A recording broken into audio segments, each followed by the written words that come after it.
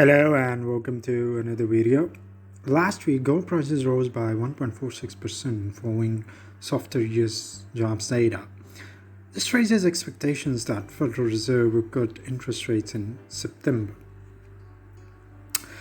So far, gold has surged more than 15% in 2024 on safe haven demand amid geopolitical conflicts, optimism about US interest rate cuts, and central bank purchasing. I think gold is poised to keep its positive momentum going in the second half, averaging $2,300 in the next quarter while ending the year above $2,400. Now, for most of the Q2 2024, gold traded above $2,300, marking its third consecutive quarterly climb.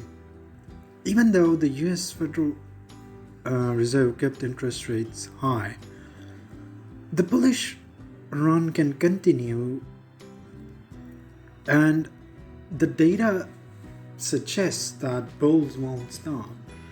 According to recent WGC research, central banks plan to continue buying gold, with 29% of respondents indicating they will do so over the next 12 months. However, in recent months, China's gold purchases have slowed significantly. In June, the People's Bank of China refrained from adding gold to its reserves for a second month. So, I think geopolitics will continue to impact gold prices. In the near to medium term, safe haven demand is expected to sustain gold prices due to Middle East and Ukraine conflicts. In addition, the long-awaited US Fed rate cut and the US president election in November will contribute to gold's upward momentum till the end of the year.